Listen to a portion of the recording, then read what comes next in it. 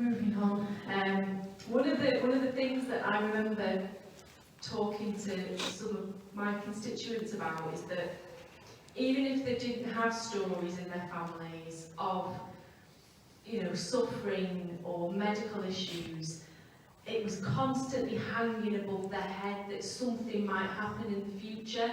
They could never shake off that fear, and hopefully that's something that our next speakers might be able to tell us a little bit more about. So, Laura, Liz, Anne, is there anything that you'd like to say? Liz, that was difficult to hear. Quite an emotional day for everybody today. I hear my dad going around the room telling everyone how his daughter's a world champion. So I'm fit as a fiddle, okay? Well, it didn't start like that.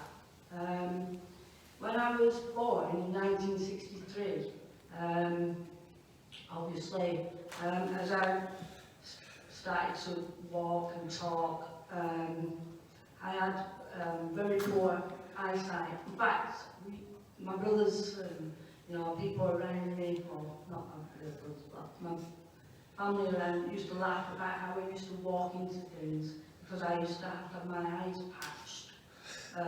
Used to say one eye on, one eye away, but isn't it strange that other descendants share the same issue?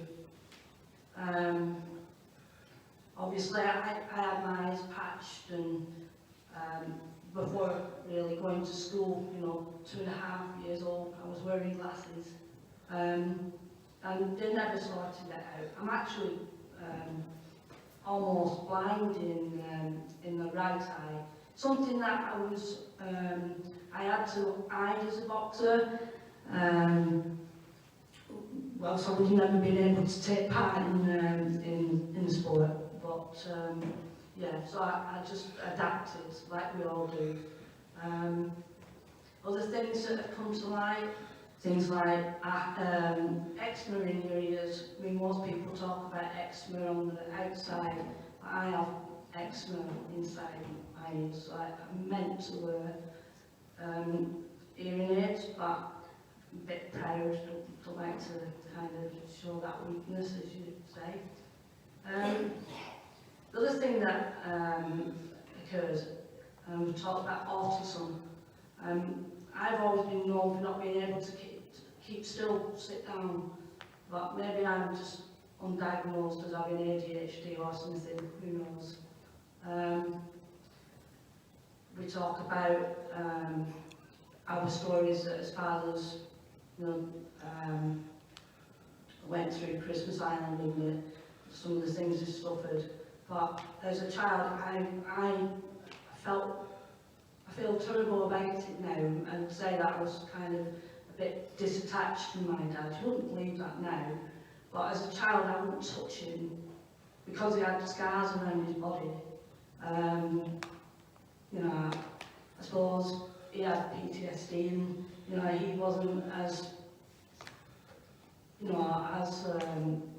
able really to express as he should have done perhaps then. But now all the dots being put back in place now, as we all talk, we all share our stories, and a lot of them are in common as well. So I haven't had any children, I'll be honest. I'm terrified of alcohol. I was terrified of having children. I didn't learn this from my dad. I learned it from when I was in Nevada, when I was around 30. Just in a general discussion about my dad being a test veteran, and I was being told, oh, they all get cancer and they all die, and all the kids are born all funny, and but I didn't realise until much later how it's really affected our families, really.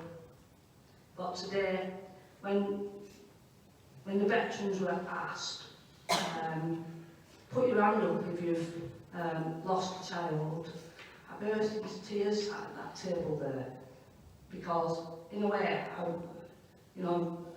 how am I really to so many people you know, I haven't, you know, been able to have children, so I'm grateful for that. But there's one thing it's done today, it's made me quite angry in a way. I was angry before, but I'm even more like angry. No, not angry, what's the word? Cheated, really. Our fathers have been treated like guinea pigs. Thanks, Anne.